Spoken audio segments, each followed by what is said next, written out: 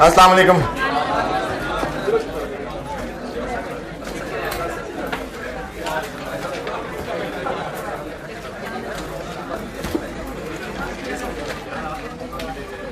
दुरूद शरीफ पढ़ लें।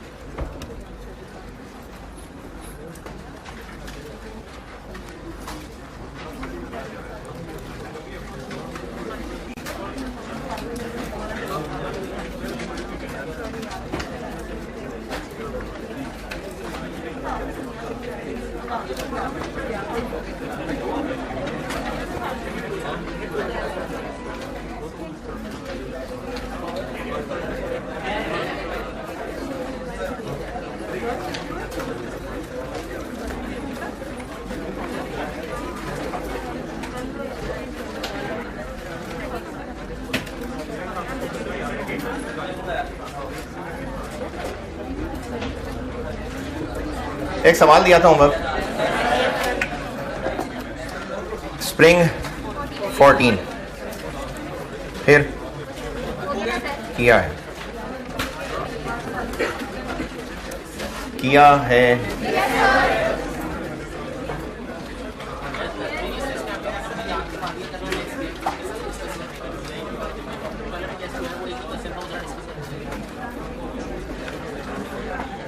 वो तो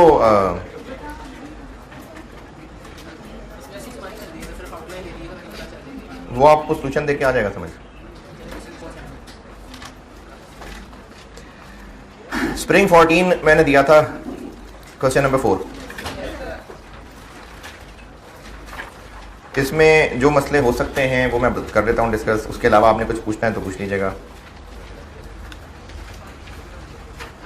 मैंने इसका सोल्यूशन शेयर किया था आपसे। इसमें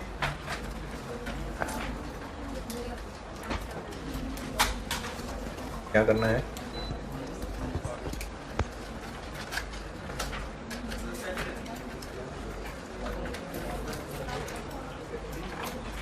टेम्परेचर तो है ऐसे ही, तो क्या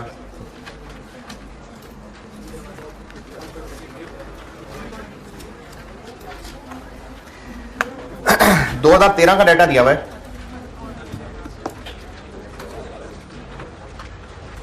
कुछ कॉपीज नहीं है मैंने करवाने के लिए।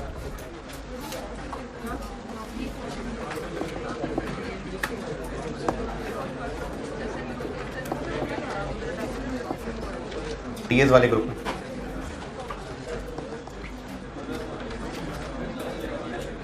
कॉपीज का भी ध्यान रखा करो ना यार, हैं?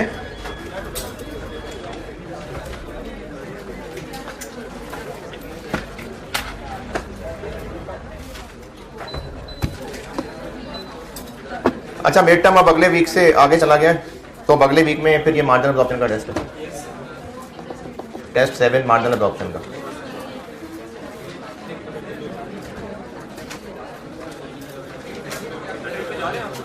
है जी, बेकार क्वेश्चन है। स्प्रिंग 14 और ये जो लोग अभी अगर खुद से सोच बैठे होंगे कि ट्रिप जाना है तो छुट्टी होगी, कोई छुट्टी नहीं है, क्लास है।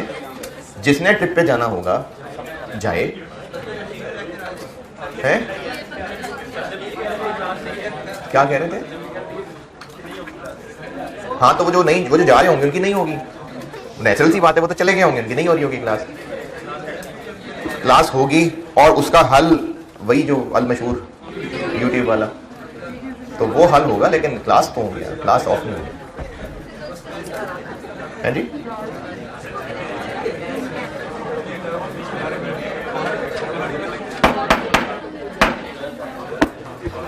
स्प्रिंग 14 में दिसंबर 2013 का डाटा दिया हुआ है। कर रहा हूं डिस्कस के नहीं कर रहा हूं, नहीं करना तो आगे चलते हैं।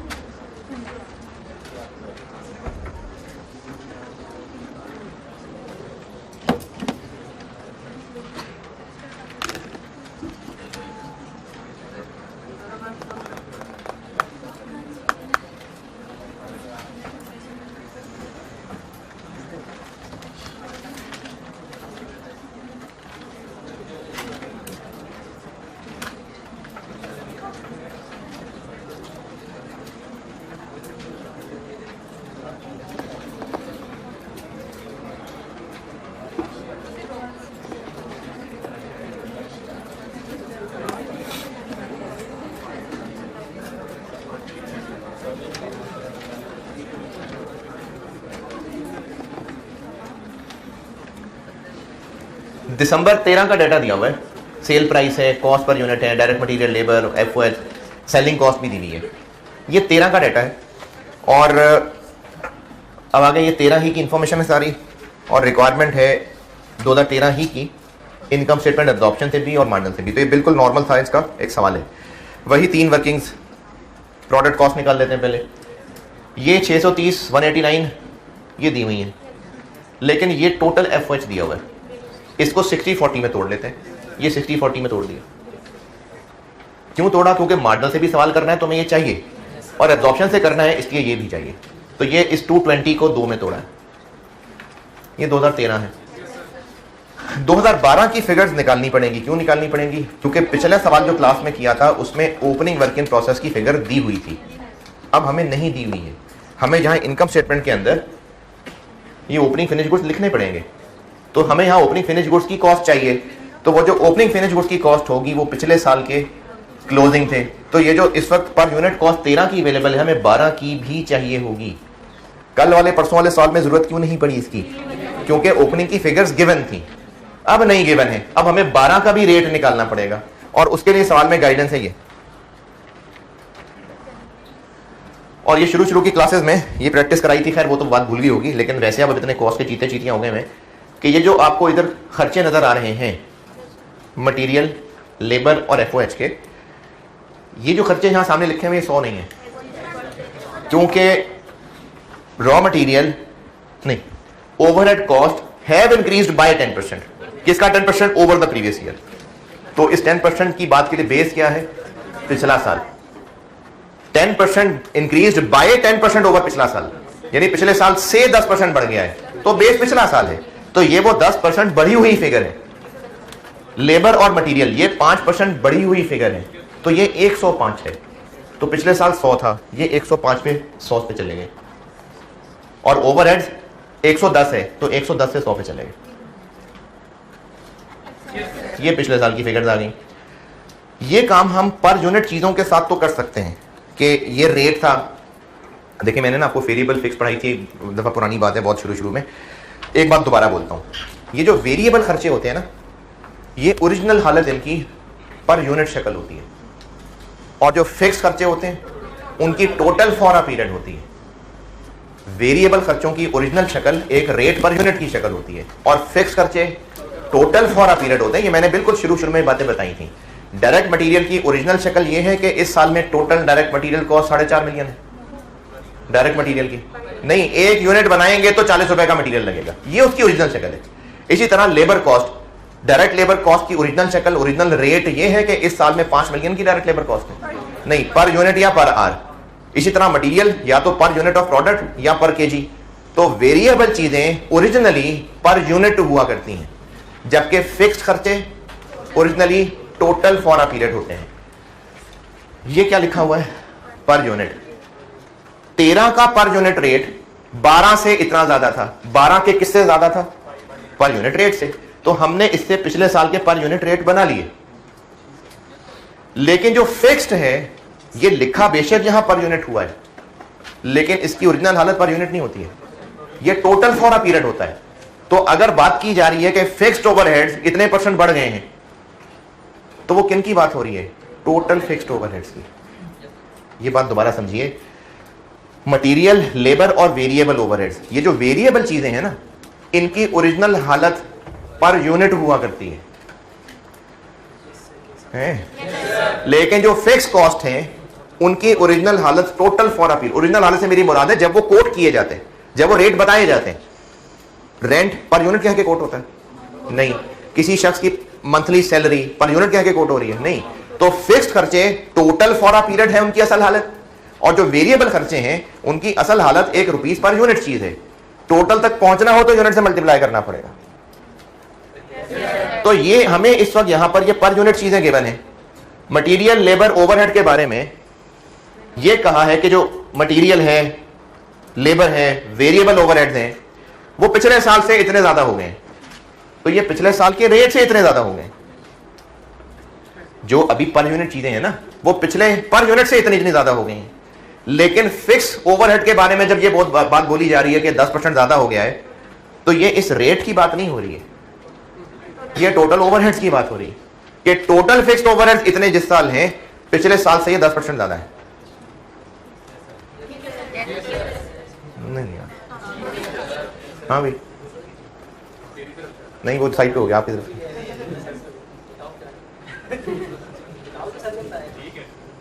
पूछा है मैंने कुछ। हाँ सही कह रहे हैं। अच्छा आप बताओ।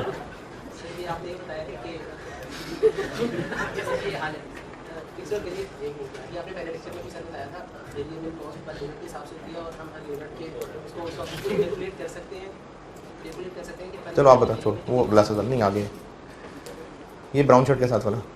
हाँ जी, क्या होती है वेरिएबल कॉस्ट के बारे में, फिक्स कॉस्ट के बारे में क्या बात की थी मैंने?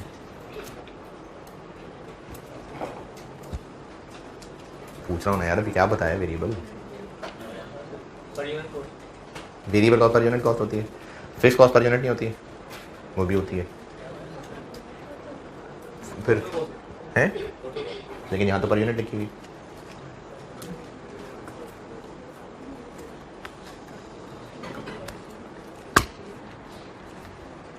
किसी को भी समझ नहीं आई? ठीक, ये जो वेरिएबल चीजें हैं, वेरिएबल खर्चे हैं, ये रेट की शक्ल में है और फिक्स्ड टोटल की शक्ल में होती है ओरिजिनली चीज। जब इनके बारे में कहा जा रहा है कि ये बढ़ गए हैं, कम हो गए हैं, तो वो रेट ही की बात हो रही है कि रेट बढ़ गया, कम हो गया। पिछले साल जो उनका रेट पर यूनिट था वही बढ़ने कम होने की बात हो रही है। लेकिन जब फिक्स्ड ओवरहेड्स के बारे में बढ़ने कम होने की बात होती है तो वो फिक्स्ड ओवरहेड रेट की नहीं बात हो रही होती, वो टोटल की बात हो रही होती। इनके साथ तो हमने ब्रैकेट में सलूक करके पिछले साल का रेट निकाल लिया, लेकिन पिछले साल का फिक्स्ड OAR निकालने के लिए हमें ये लंबा रास्ता ही लेना पड़ेगा। आल्दो के इस के एंड पे आपको लगे कि वो तो 80 का 88 से ही कर लेते हो तो आंसर आ जाता, वो इत्तेफाक से है, वरना हमें इस 88 से 80 बनाने के लिए ये रास्ता लेना पड़ेगा। कैसे? ये 88 कैसे बना होगा? ये 2013 का OAR है ना, ये budgeted fixed overheads divided by, सवाल में नॉर्मल है, डिवाइडेड बाय नॉर्मल प्रोडक्शन करके बना होगा। तो ये ऐसे बना होगा,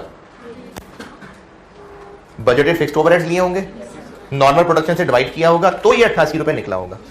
और इस सवाल में हमें budgeted fixed overheads, actual fixed overheads चाहिए। बजटेड क्यों चाहिए? ये इधर ऐसे करने के लिए।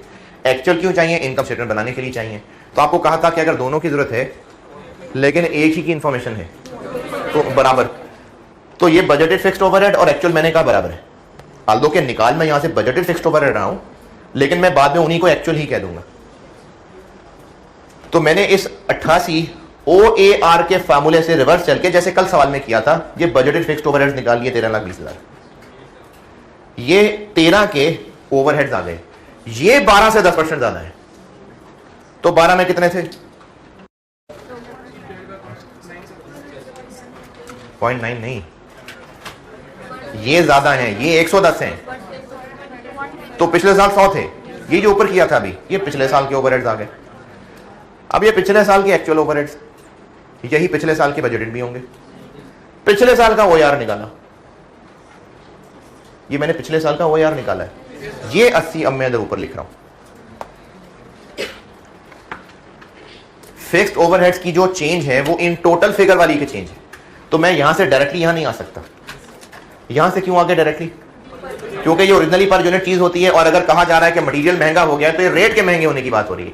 अगर कहा जा रहा है कि लेबर महंगा हो गया तो ये लेबर रेट के महंगे होने की बात हो रही है। लेकिन जब कहा जा रहा है कि फिक्स्ड ओवरहेड्स बढ़ गए तो ये टोटल फिक्स्ड ओवरहेड्स के बढ़ने की बात हो रही है।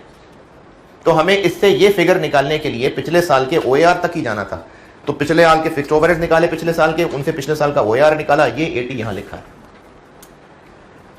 ये प्रोडक्ट कॉस्ट 13 और 12 की सामने कैलकुलेट की। 12 की कैलकुलेट करने की क्यों जरूरत पड़ रही है? ठीक है, बांट दो, हाफ हाफ कर दिया करो यार, वहीं से आधे इधर कर दो, वहीं से आधे इधर कर दो, पहुंच जाएंगे आगे खुद ही।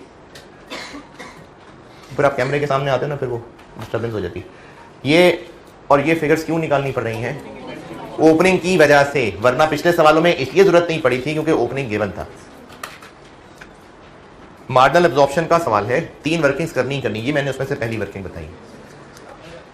वर्किंग 2 यूनिट्स की मूवमेंट बनानी है। ओपनिंग गिवन था, क्लोजिंग गिवन था, प्रोडक्शन गिवन थी, सेल्स नहीं थी, ये सेल्स निकल आई। और तीसरी वर्किंग।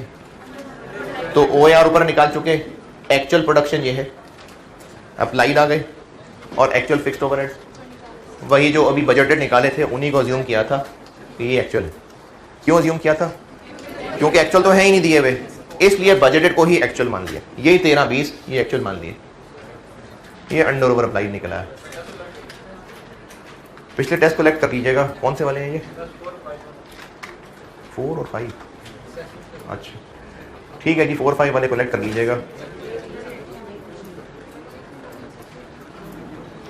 ये 3 वर्किंग हो गई। इन्हीं 3 वर्किंग्स की बेस पे सेल प्राइस सवाल में दी हुई थी ये, और यूनिट सोल्ड निकाल लिए, ये सेल्स आ गई। ये यूनिट्स तीनों अवेलेबल हैं। मार्जिनल का सवाल कर रहे हैं तो मार्जिनल वाली फिगर्स ले ली, ये ओपनिंग के लिए और ये COGM और क्लोजिंग के लिए। ग्रॉस कंट्रीब्यूशन आ गई, इसमें से अब माइनस करनी है वेरिएबल सेलिंग कॉस्ट, वो है सवाल में ऐसे।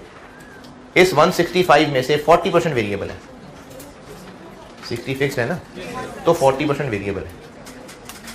यहां पर बात फिक्स्ड कही हुई थी तो बाकी वेरिएबल था, यहां फिक्स्ड कहा हुआ है तो बाकी वेरिएबल है, तो इसमें से 40% वेरिएबल सेलिंग कॉस्ट है, ये वो 40% है।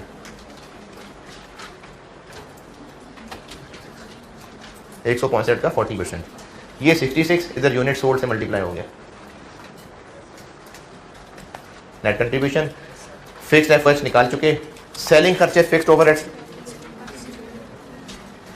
ये इससे निकाल ली।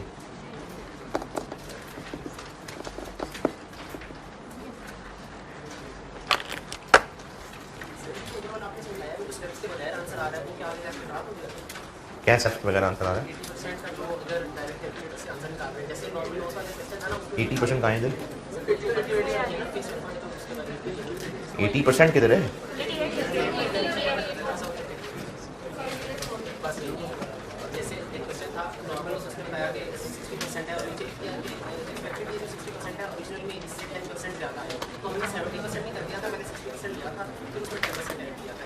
अच्छा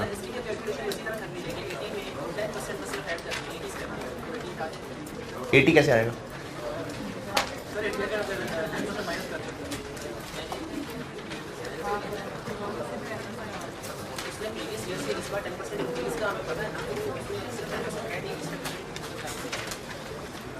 अच्छा ये जो मैंने इतनी लंबी यहाँ कहानी सुनाई है ना, वो दोबारा सुन। इनको 110 से 105 से 100 पे ले आए, तो इसको भी 110 से 100 पे ले आए, यही आएगा। अगर आप इसको 110 से 100 पे ला रहे हैं तो इसको भी 110 से 100 पे ले आए, बस 80 आएगा। क्या क्या क्या? ये 80 कैसे निकाला बताओ?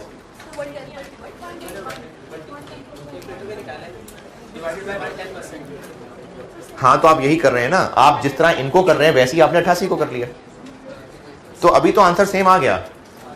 लेकिन ये सही तरीका इसलिए नहीं है कि फिक्स्ड पर यूनिट को ही चेंज करके पिछली पर यूनिट नहीं बनाई जा सकती, क्योंकि फिक्स्ड के बारे में जब ये बात बोली जा रही है कि फिक्स्ड ओवरहेड्स इतने चेंज हो गए हैं, तो वो टोटल की बात हो रही है। ये इत्तेफाक से आंसर सेम आ गया। ये क्यों आ गया सेम आंसर? इसलिए सेम आ गया क्योंकि 13 में भी डिनोमिनेटर 15,000 है और यहां भी डिनोमिनेटर 15,000 है, सेम यूनिट से डिवाइड हो रहा है ये भी। इसलिए चाहे 13,20,000 से 12 लाख निकाल लिए, चाहे इस पर यूनिट 88 से 80 निकाल लें, इसलिए सेम आंसर आ रहा है। वरना अगर 2012 में डिनोमिनेटर और होता तो फिर आप 88 से 80 तक नहीं पहुंच सकते थे। तो इसलिए रास्ता यही है। ये तो इत्तेफाक से बन गया क्योंकि डिनोमिनेटर इसमें सेम था, अदरवाइज सही रास्ता ये है कि आप पहले फिक्स्ड ओवरहेड्स टोटल तक पहुंचे, फिर टोटल से पिछले साल तक जाएं, फिर उस टोटल के ऊपर नया पुराना OAR निकालें।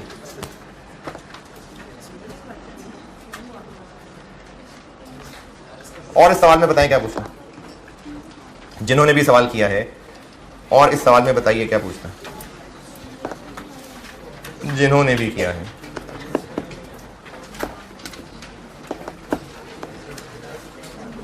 किन्होंने किया?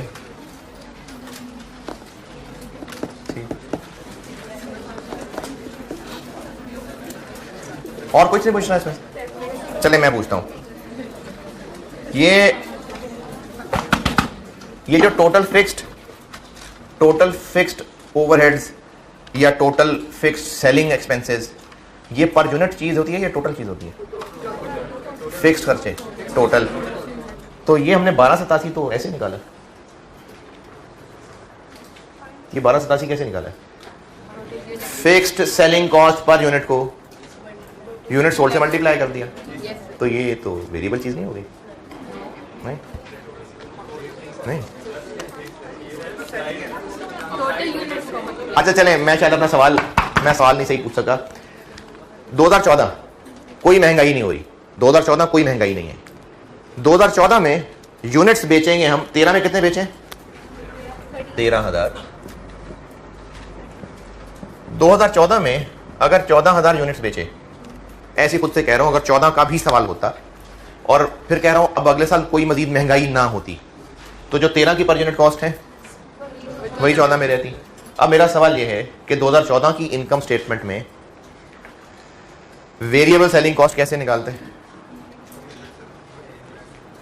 2014 की इनकम स्टेटमेंट भी अगर होती, 14 की इनकम स्टेटमेंट में वेरिएबल टोटल सेलिंग कॉस्ट कैसे निकल? डेटा सारा इस सवाल वाला है, बस मैं खुद से ऐड कर रहा हूं कि 14 भी होता और कोई महंगाई ना होती। तो बताए ना किसको किससे, फिगर बोले ना। 66 को 14,000 से मल्टीप्लाई कर देते, ठीक है। फिक्स सेलिंग कॉस्ट कैसे निकालते? 99 को, हाँ बस यही सुनना था मैंने।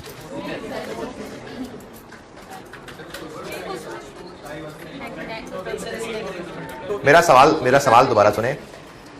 इस सवाल को सॉल्व कर लिया, 13 का ये सवाल सॉल्व हो गया। Per unit variable selling cost 66 है, per unit fix selling cost 99 है। हमने इस सवाल की इनकम स्टेटमेंट बनाते हुए क्या किया कि variable selling cost income statement में कैसे पहुंचाई? ये क्या किया? 66 को यूनिट सोल्ड से मल्टीप्लाई कर दिया। और फिक्स सेलिंग कॉस्ट कैसे बनाई? 99 को यूनिट सोल्ड से मल्टीप्लाई कर दिया। वेरिएबल 66 इंटू 13,000 कर दिया और फिक्स 99 इंटू 30,000 कर दिया।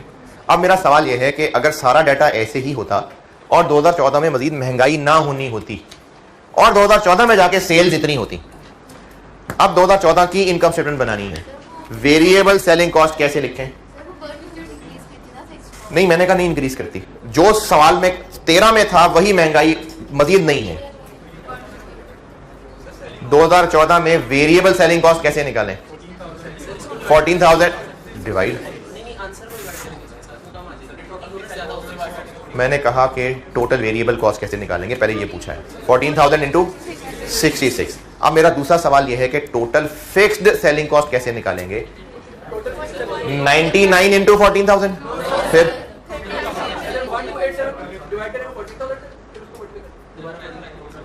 यानी यही रहेगी। 1287,000 ही लिख देंगे या 99 इंटू 14,000 कर देंगे?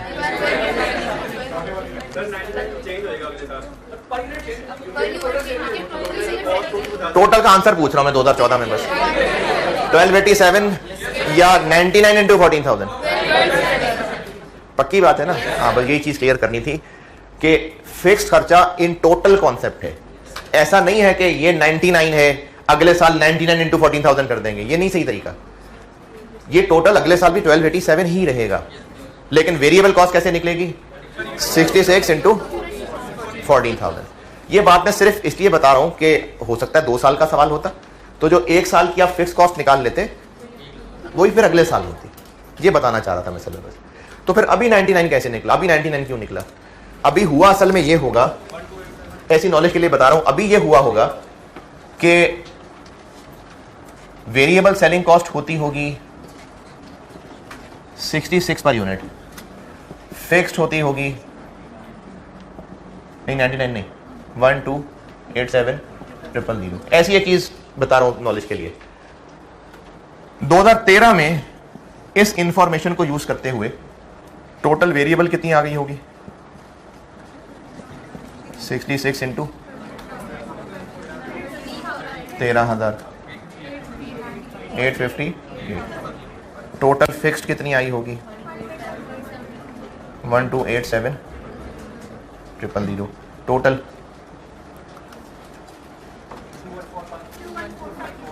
2145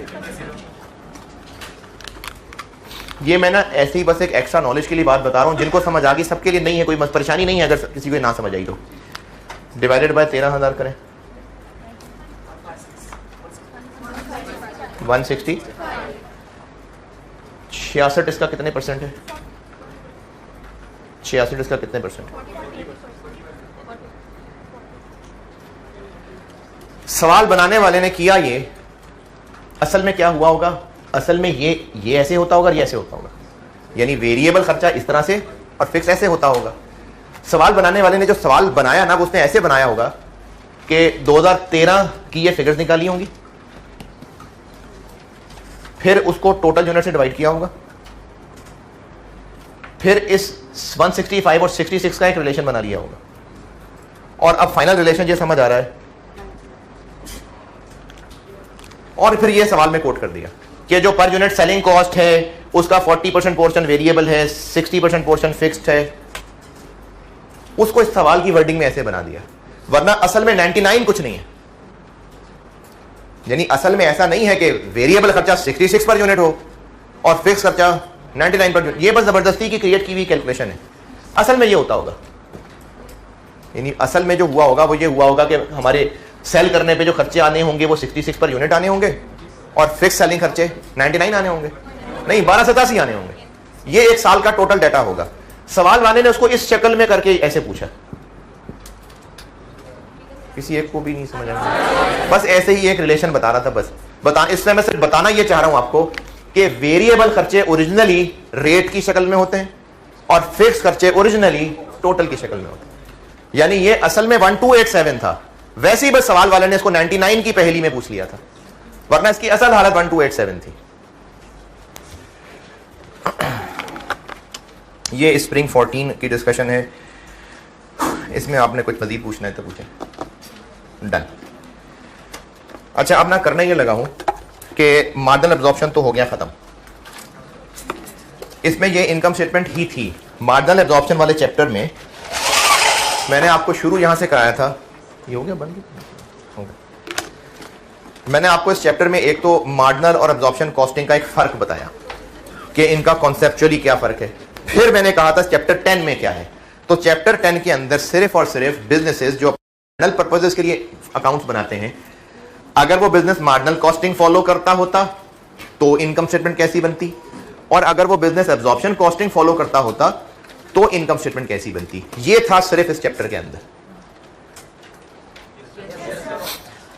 अब मैं मार्जिनल एब्जॉर्प्शन के चैप्टर का होमवर्क चलाऊंगा, लेकिन क्लास वर्क नहीं हो रहा उसका। करने में ये लगा हूं अब कि मार्जिनल एब्जॉर्प्शन स्टाइल का सवाल और टॉपिक्स की तरफ से पूछा जा सकता है।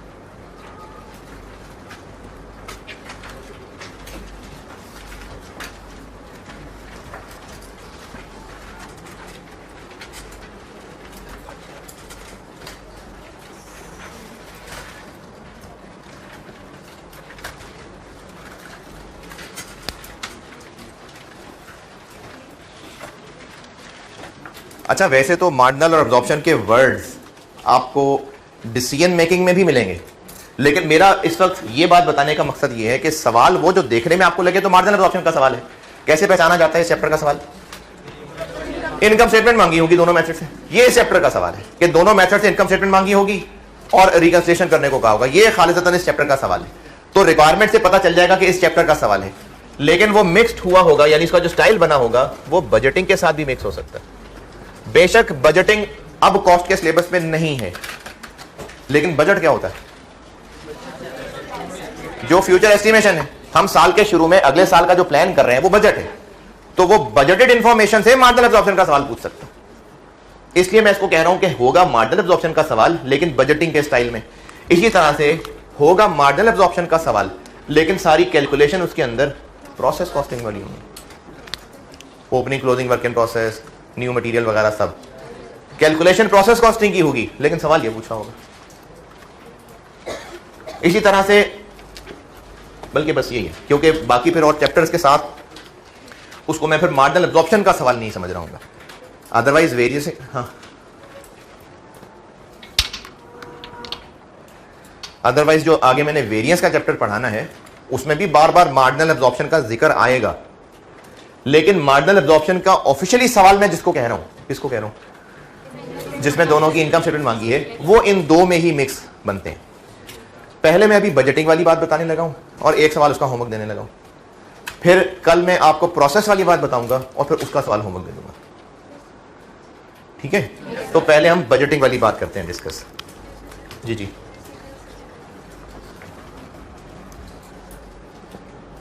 पहले मैं बजटिंग से रिलेट कर रहा हूं बात को। इसमें सिर्फ एक्स्ट्रा टिप्स या नई बात सिर्फ इतनी है जो आप खुद अपने अल्फाज में लिखेंगे कि इस सवाल में अब तक जहां जहां भी हम एक्चुअल फिगर यूज कर रहे थे, अब वो बजटेड फिगर्स होंगी। जैसे हम लोग जो यूनिट्स की मूवमेंट बना रहे थे, उसमें ओपनिंग स्टॉक था, एक्चुअल प्रोडक्शन थी, एक्चुअल सेल्स थी। अब क्या होगा? बजटेड प्रोडक्शन, बजटेड सेल्स होंगी। अरे अभी कहां से नॉर्मल गेन आ गया यार? वो ये है, वो ये है।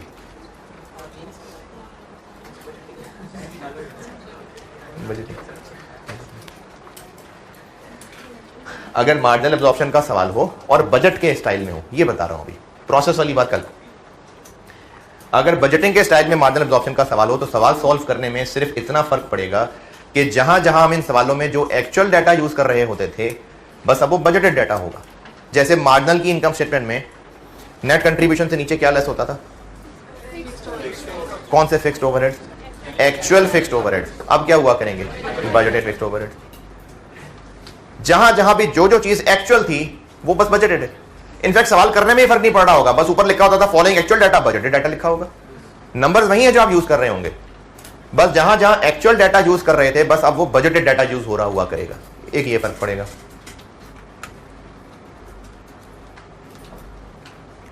सवाल करने का तरीका सब वही होगा, सिर्फ वो जो फॉलोइंग इंफॉर्मेशन दी होती है वो एक्चुअल होती थी, अब वो बजटेड दी होगी बस।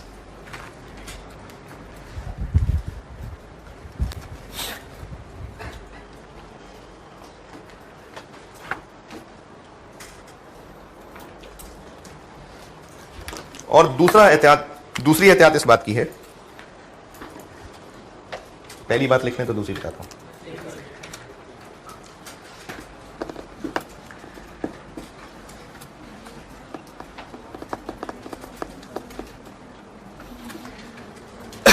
दूसरी एहतियात पहले समझ लें, फिर उसका कंक्लूजन बता देता हूं।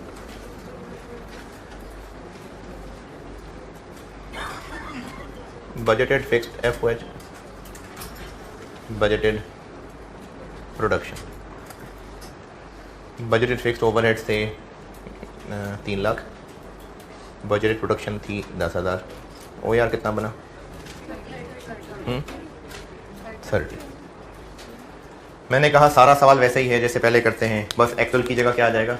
बजटेड। तो वर्किंग 3 भी हम कर लेते हैं। फिर वर्किंग 3 क्या कर रहा था? अप्लाइड निकाल लेते हैं। कैसे? OAR इनटू एक्चुअल प्रोडक्शन होता था ना, अब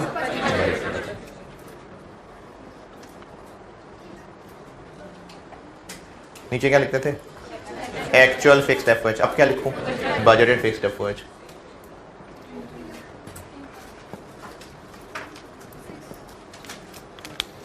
यानी अब अंडर ओवर अप्लाइड ही नहीं होगा, अंडर ओवर अप्लाई नहीं होगा। अब ये देखना आपके सामने, क्योंकि उसी से OAR निकाल रहे हैं, फिर उसी को नीचे माइनस कर रहे हैं, तो नहीं होना। लेकिन ये तब हो सकता था कि अंडर ओवर अप्लाइड आ जाता अगर मैं यहां नॉर्मल प्रोडक्शन से डिवाइड करता। नॉर्मल प्रोडक्शन 12,000, तो OAR होता 25, अप्लाइड आता 25 इंटू 10,000, यहां आता 3 लाख। अब आ जाता अंडर अप्लाइड। इसका कंक्लूजन ये है कि दूसरा पॉइंट बता रहा हूं कि अगर फिक्स्ड OAR बजटेड प्रोडक्शन की बेस पे निकला हुआ है तो फिर इसमें अंडर ओवर अप्लाइड नहीं हुआ करेगा। लेकिन अगर नॉर्मल प्रोडक्शन की बेस पे निकला है फिर अंडर ओवर अप्लाइड हो सकता है। दोबारा, मैं आपको ना ये मार्जिनल एब्जॉर्प्शन का सवाल अगर बजटिंग स्टाइल में हो तो उसके लिए टिप्स बता रहा हूं। पहली बात क्या बताई थी कि जहां जहां हम जो चीज एक्चुअल यूज करते थे वो बजटेड होगी बस। और दूसरी बात ये बता रहा हूं कि अगर OAR बजटेड प्रोडक्शन के हिसाब से निकला हुआ है तो फिर कोई अंडर ओवर अप्लाइड नहीं आना, लेकिन अगर नॉर्मल प्रोडक्शन के हिसाब से निकला हुआ है फिर आ सकता है अंडर ओवर अप्लाइड।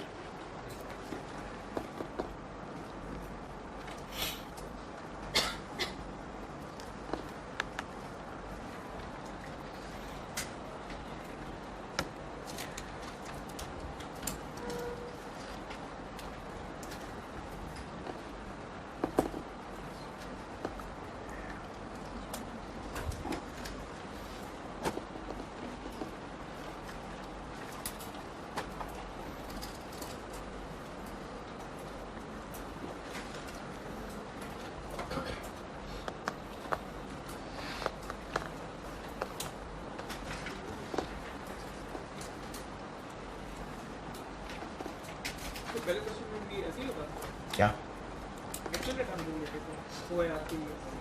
ना यार, क्या तो 4 दिन हो गए चैप्टर को पढ़ते हुए। हाँ OAR में तो बजटेड ही चीजें होती थी पहले, अभी वही बजटेड ही होंगी। किससे?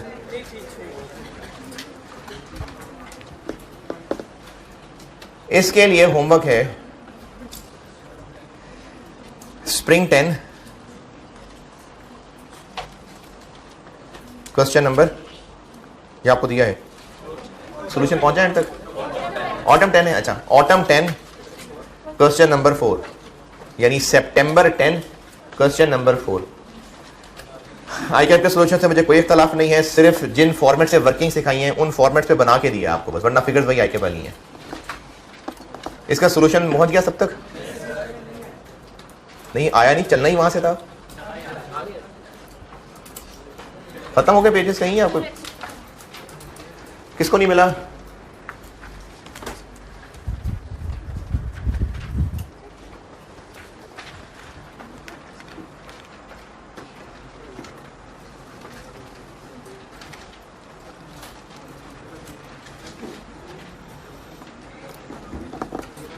ठीक है, मिल गया। ये autumn 10 question number 4 Mazahir Pakistan limited के नाम से सवाल है। ये है मार्जिन एब्जॉर्प्शन का, लेकिन बजटेड इंफॉर्मेशन। इसमें मटेरियल और लेबर, ये अच्छी आवर्स और केजीज की कैलकुलेशन है, अच्छी कैलकुलेशन है। ये करना है होमवर्क। अच्छा, अब ना मैं करने ये लगा हूं कि मार्जिनल एब्जॉर्प्शन का चैप्टर तो हो गया खत्म, और जिस तरह इसके डिस्कशन करके होमवर्क दिया है वैसे ही ना मैं कल इसकी भी डिस्कशन करके होमवर्क दे दूंगा। क्लास के हिसाब से तो ये मार्जिनल एब्जॉर्प्शन खत्म है। अब एक काम मैं ये कर रहा हूं कि ऐसे ही खुद से छोटे छोटे सवाल करवा के ना कुछ कैलकुलेशन सिखाने लगा हूं आपको। आपको ये कैलकुलेशंस अगले चैप्टर में काम आएंगी, यानी ये कुछ कैलकुलेशंस की वैरायटियां हैं, कुछ लॉसेस की कैलकुलेशन बता रहा हूं। ये किसी चैप्टर में नहीं कराने लगा मैं, बस ऐसे ही समझ ले कुछ जनरल कैलकुलेशन सिखाने लगा हूं, अगले चैप्टर में हेल्प होगी इनसे। अब इसको क्या हेडिंग देंगे, क्या करेंगे देख लें, जो मर्जी लिख लें। मैं अब ये किसी चैप्टर के अंदर ये बात नहीं कर रहा, बस आइंदा आप कॉस्ट में जो भी होने लगा है उनमें इन चीजों की हेल्प होगी जो अभी बता रहा हूं। छोटे छोटे सवालों से सिखाऊंगा। लिखे सवाल।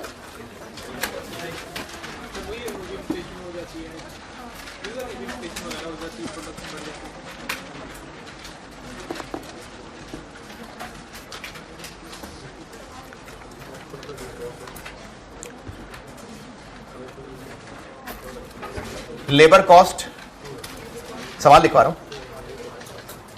Direct labour cost per unit, direct labour cost per unit in 2019, direct labor cost per unit in 2019 500 रुपए per unit.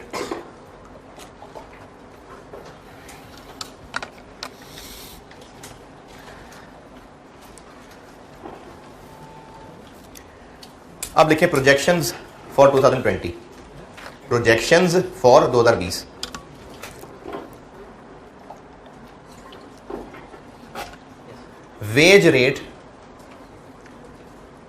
Veg rate will increase by 8%, 8%,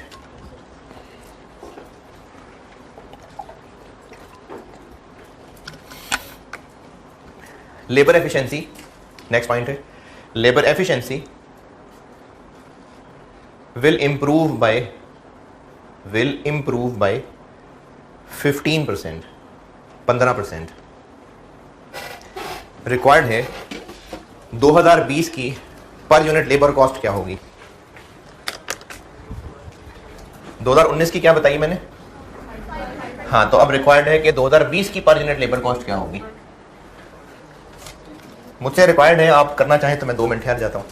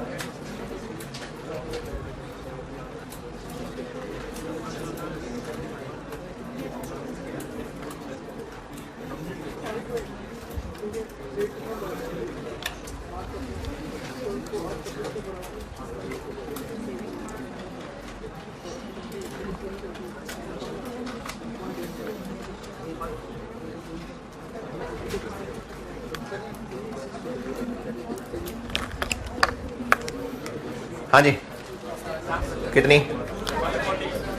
5, 540, 459, 630, 630, 469। Calculate किया या ऐसे बोल रहे? 620, 621, 535 भी। हाँ जी, 615।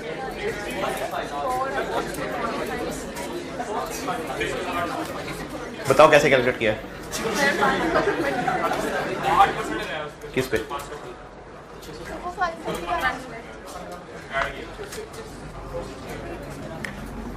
ये जो लेबर कॉस्ट पर यूनिट दी हुई है, लेबर कॉस्ट जो पर यूनिट दी हुई है ना 500, ये बनी होगी ऐसे, ये ऐसे बनी होगी, ये यकीनन ऐसे बनी होगी कि लेबर का वेज रेट पर आर होगा। अच्छा, लेबर का वेज रेट बाय डिफॉल्ट पर हमने पढ़ा था, लेबर पर यूनिट भी हो सकता है पर आर, बाय डिफॉल्ट पर आर होता है, बाय डिफॉल्ट पर आर होता है। तो ये 500 रुपए ऐसे बना होगा कि उसका एक वेज रेट होगा, जो मैं ऐसे खुद से बोल रहा हूँ 100 रुपए, और 5 घंटे लगते होंगे उसको एक यूनिट बनाने में। ये मैंने 100 और 5 ऐसे ही बोला है, आपको बस 500 दिया हुआ है। मैं वैसे बता रहा हूँ कि शायद ये 500 ऐसे बना हो कि हम उसको पे करते हैं 100 रुपए पर आर, तो उसको पर यूनिट तक कैसे पहुंचाएं? Into hours per unit. यार ये कन्वर्जन तो बाएं हाथ का खेल होनी चाहिए। ये रुपीस पर आर रेट है, पर यूनिट तक पहुंचाना है उसको, तो आवर्स पर यूनिट से मल्टीप्लाई कर दे, तो ये 5 घंटे लेता है एक यूनिट बनाने में, और उसको 100 रुपए पर आर वेज रेट पे होता है। ये ऐसे बना होगा 500। अब मैंने चेंजेस क्या क्या बताई हैं? वेज रेट इंक्रीज हो जाएगा, यानी महंगाई हो जाएगी। इसकी जगह मैं वर्ड इन्फ्लेशन भी बोल सकता। ये जो मैंने कहा ना, veg rate will be increase by, तो ये मैं ये भी कह सकता था कि इन्फ्लेशन 8% है। इन्फ्लेशन पैसों के बढ़ने को कहते हैं। तो उसने किसको चेंज करना है अगले साल? ये, यानी अगले साल ये 100 की जगह ये ठीक है। अगर 8% बढ़ाना है तो 1.08 से मल्टीप्लाई करना, ठीक है। एफिशिएंसी 15% इंप्रूव कर जाएगी। एफिशिएंसी इंप्रूव करने का मतलब है कि टाइम कम लगेगा, तो जितना टाइम वो पहले लगाता था अब उससे 15% कम लगेगा।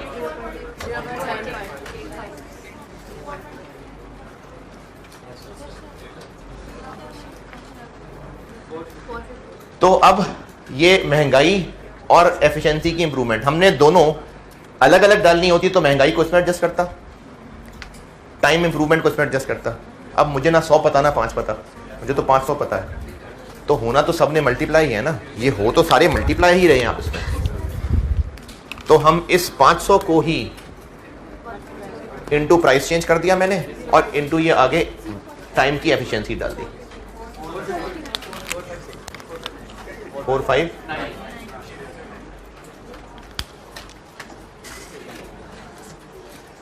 हाँ जी ठीक है। चलें और लिखें सवाल, कर लें नोट कर लें।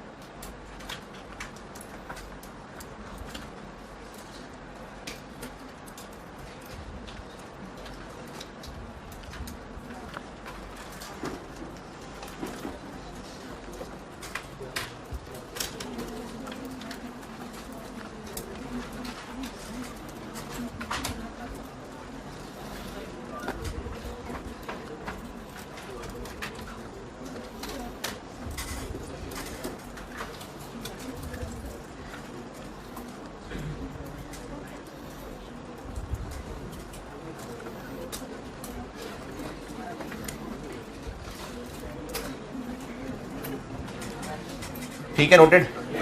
चलें अगला सवाल लिखें।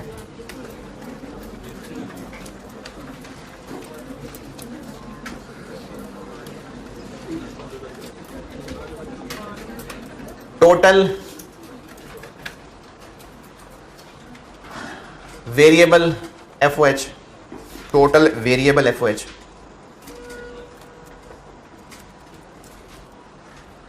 2019 के, टोटल वेरिएबल एफओएच 2019 के 640,000 6,40,000। अच्छा बने कैसे होंगे ये 640 कैसे आया होगा? Variable FOH per unit into unit produce हुए होंगे, ठीक है। प्रोजेक्शंस फॉर 2020 लिखें, प्रोजेक्शंस फॉर 2020।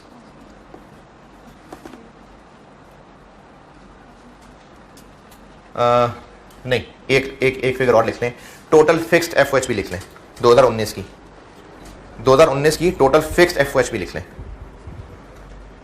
240,000, 2,40,000। चलें अब projections for 2020। Inflation for overheads, inflation for overheads 10%,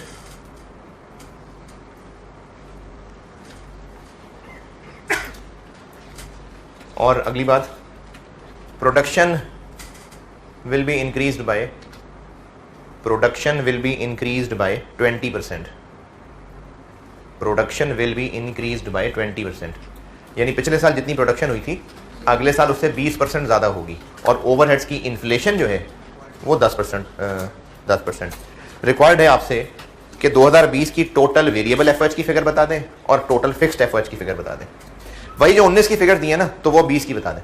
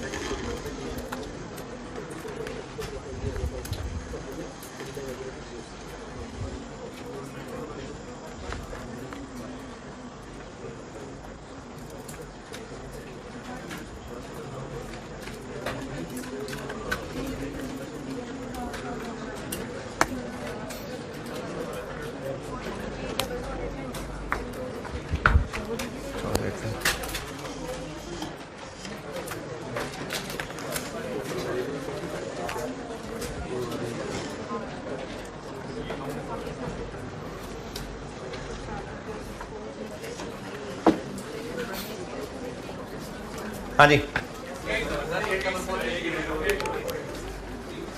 total variable FOH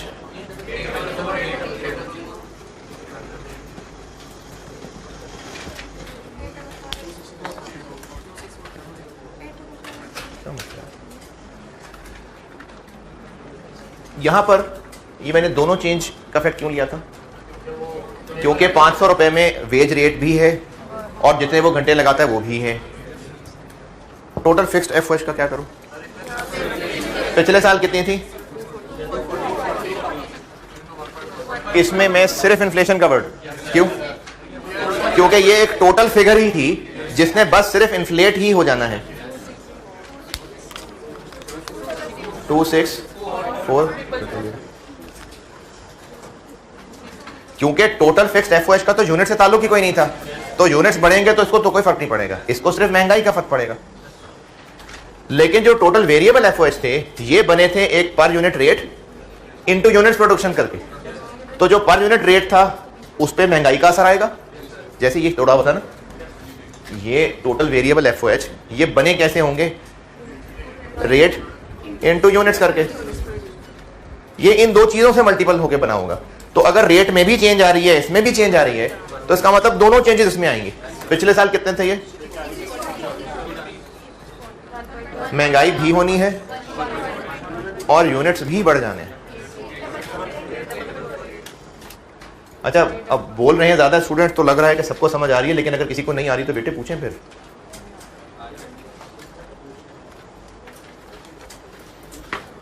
इसमें मैंने 1.2 क्यों नहीं किया? क्योंकि फिक्स FOH का यूनिट से नहीं है ताल्लुक। ठीक है, जबरदस्त। कितना हो गया? 844 833। चलिए अगला सवाल लेते हैं।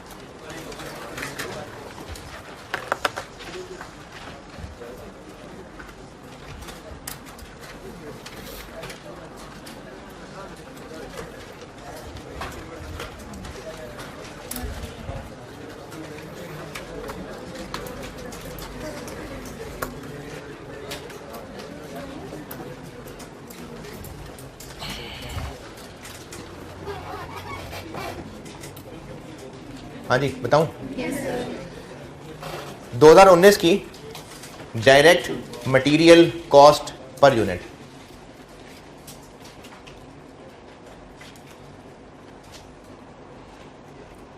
Direct material cost per unit 600 रुपए।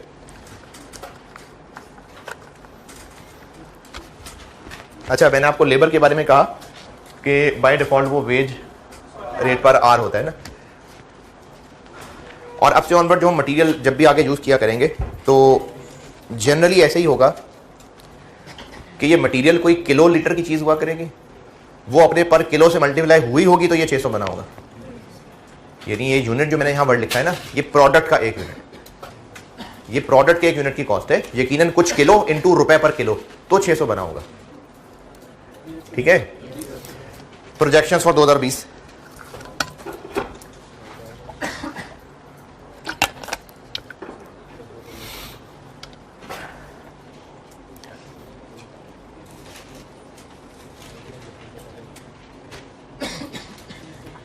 due to use of a better quality of material, due to use of a better quality of material, material consumption will be reduced by, repeat कर रहा हूँ, due to use of a better quality of material the material consumption will be reduced by 7%, 7%. Next point. This new material, ये जब हम एक different material use कर रहे होंगे, will cost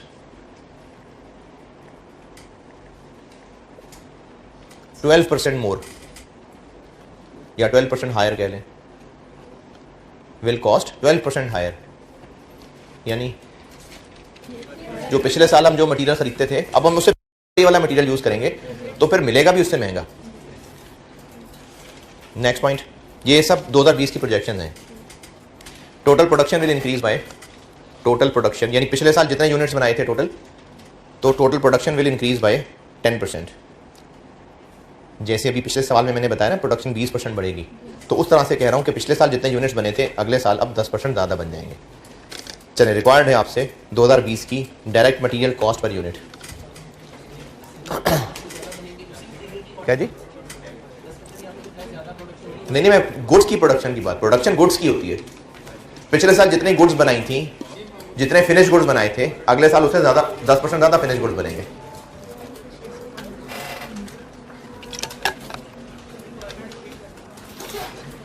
दो 2020 की डायरेक्ट, ये जो 19 में 600 रुपए दिया है ना, 2020 में क्या है direct material cost per unit?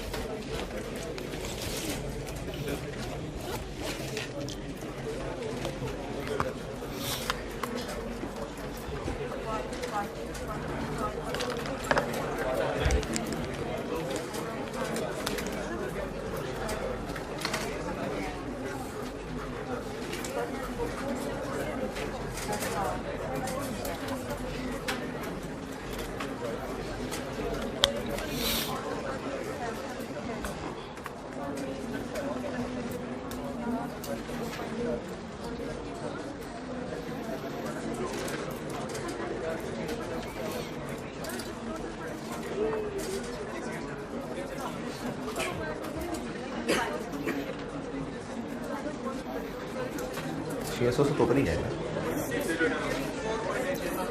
624 है 687 25।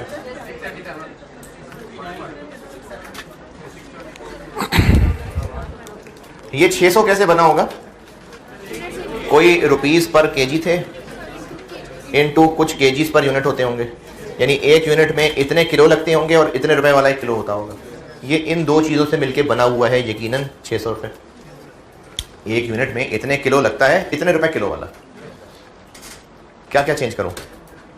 जो मटेरियल जितने का मिलता था वो महंगा हो जाएगा 1.12, लेकिन जितने किलो लगता था उससे कम लगेगा 0.93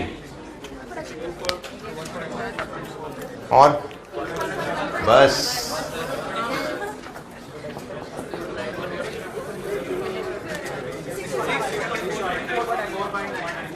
इंटू 1.1 क्यों नहीं किया? अरे मैं पर यूनिट चीज कर रहा हूं भाई, इसका टोटल प्रोडक्शन बढ़ने से क्या ताल्लुक है? पिछले सवाल में क्यों कर दिया था ये? क्योंकि टोटल वेरिएबल एफओएच लिखे हुए थे मैंने। देखें, पहले मैंने टोटल वेरिएबल एफओएच पूरे साल के लिखे थे, प्रोडक्शन ज्यादा होगी तो टोटल और ज्यादा होगा। ये मैंने पर यूनिट मटेरियल कॉस्ट की बात की है। प्रोडक्शन कम हो ज्यादा हो ये तो यही रहेगा, इसलिए प्रोडक्शन बढ़ने को नहीं यहां पर मैंने कंसिडर किया। मैंने ये बात की है मटेरियल कॉस्ट पर यूनिट, और मटेरियल कॉस्ट पर यूनिट ही का रेट अगले साल का निकाल रहे हैं। यहां पर टोटल वेरिएबल खर्चे थे। हां, अगर मैंने आपको यह कहा होता कि पिछले साल की total direct material cost 6 lakh रुपए थी, तो फिर यह भी होता और इंटू 1.1 भी होता।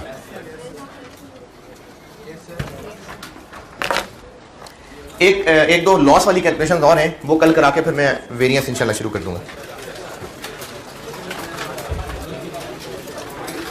अब ये अगली बाकिया जिंदगी जितनी को है ये याद रखनी है।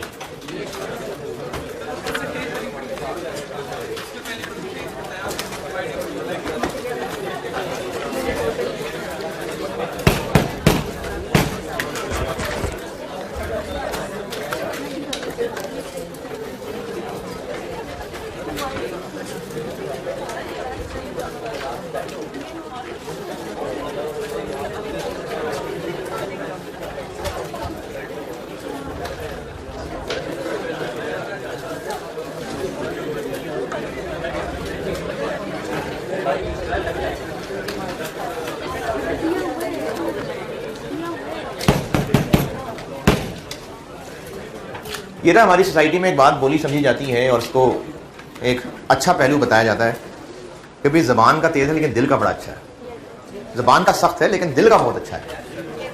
तो ये एक क्वालिटी है कि चलो यार कोई बात नहीं, ज़बान का तेज़ है, दिल का बड़ा अच्छा है। नहीं होती ये बात। और ये एक सेव करने वाली बात है कि नहीं ज़बान का तेज़ है, खैर है, दिल का तो अच्छा है ना। इसको पहले तो मैं आपको ऐसे एक काउंटर मिसाल लेके इसका जवाब समझाऊं कि अगर कोई शख्स आपके अब्बा जी को आके गालियां दे और कहे दिल में मैं बड़ी इज्जत करता हूं, दिल में बहुत इज्जत है मेरी, ये तो वैसे ही बस मैं जज्बात में आके गालियां दे रहा हूं, तो वो दिल की इज्जत होना काफ़ी हो गई। तो ये जो ज़बान है ना, ज़बान ये इतनी ख़तरनाक चीज़ है। बुखारी 119। अच्छा, ज़बान से सिर्फ गालियां नहीं हैं, इसमें ताने भी शामिल हैं, इसमें झूठ भी शामिल है, इसमें तजलील करना भी शामिल है। जलील कर, सबके सामने बेइज्जती कर देना, जलील कर देना, सख्त लहजे में बहुत ज़्यादा। बुखारी 119। सैयदना अबू हुरैरा रज़ियल्लाहु ताला अन्हु से रवायत है कि नबी अकरम सल्लल्लाहु अलैहि वसल्लम से अर्ज़ किया गया। अच्छा, ये जो करैक्टर है ना, इस करैक्टर को सीरियसली समझें। हो सकता है कि आपके घर में आपकी अम्मी, आपकी खाला, आपकी बहन वो ये करैक्टर हों, और मिसाल चूँकि औरत के ऊपर बेस्ड है इसलिए अल्फाज औरत के हैं, इसको मर्द पे भी लगा सकते हैं। ये आप भी हो सकते हैं जो इस करैक्टर के अंदर आने लगे, मैं भी हो सकता हूँ, हमें इसको देखना पड़ेगा। सैयदना अबू हुरैरा रज़ियल्लाहु ताला अन्हु से रवायत है कि नबी अकरम सल्लल्लाहु अलैहि वसल्लम से अर्ज़ किया गया, ए अल्लाह के रसूल, फला औरत, किसी औरत के बारे में पूछा जा रहा है, रात को क़याम करती है, नफली इबादत होगी रात की बहुत ज़्यादा, दिन को रोज़ा रखती है और अमल भी करती है और सदका भी करती है। अब ये सारे वो चीज़ें जो बहुत बड़े बड़े अमल हैं। रात की इबादत ये अल्लाह को बहुत ज़्यादा पसंद है, रोज़ा और अमल भी है, सदका, और अपने पड़ोसी को अपनी ज़बान से अजियत देती है। ये आपके घरों के अंदर भी मसले हो सकते हैं जिसमें आप मालिक मकान हैं और आपकी अम्मी उस किराएदार को गालियाँ देती हैं, सख्त बात करती है, वो भी हो सकता है मामला। इसलिए अपने घरों के अंदर इस चीज़ को देखिए। अल्लाह के नबी ने फरमाया, उस औरत में कोई खैर नहीं, यानी सारे अमाल बेकार, वो आग वालों में से है।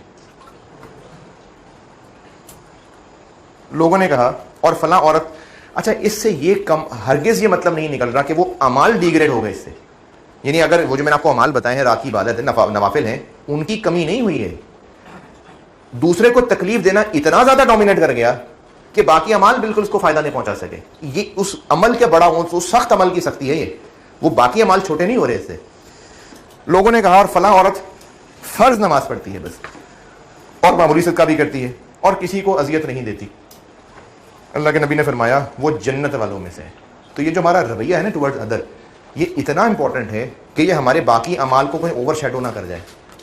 कल मुलाकात होगी इंशाअल्लाह।